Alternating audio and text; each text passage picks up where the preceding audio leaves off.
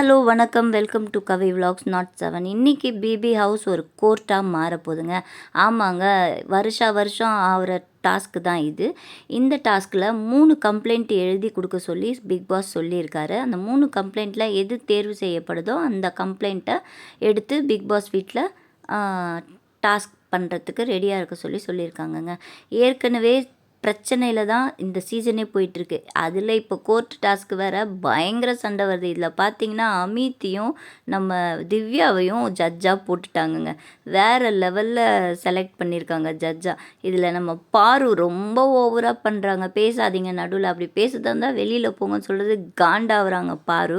அதுக்கு பாரு சொல்கிறாங்க, I respect the honourable court அப்படின்னாங்க. ஓகே, தேங்க்யூ, சைலண்டாக இருங்க அப்படின்னு ஒன்று ரொம்ப டென்ஷன் ஆகி மூஞ்செல்லாம் காட்டுறாங்க. சும்மாவே அவங்க ஆட்டிடியூடு காட்டுவாங்க. இந்த பிக் பாஸ் கோர்ட்டு டாஸ்கில் என்னென்ன பிரச்சனை வரப்போகுதுன்றது எபிசோட் வந்தால் தான் தெரியும். அண்ட் லைவில் இது இம்மிடியேட்டாக வரவே வராது, லேட்டாக தான் வரும்.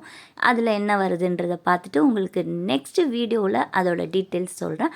For that kindly subscribe Kavi vlogs and not 7. Bell ஐக்கானை கிளிக் பண்ணுங்கள், சப்ஸ்கிரைப் பட்டனை ப்ரெஸ் பண்ணுங்கள், அண்ட் உங்கள் ஃப்ரெண்ட்ஸ் அண்ட் ரிலேட்டிவ்ஸ்க்கு ஷேர் பண்ணுங்கள். தேங்க்யூ ஸோ மச் ஃபார் வாட்சிங் மை வீடியோ. Bye bye.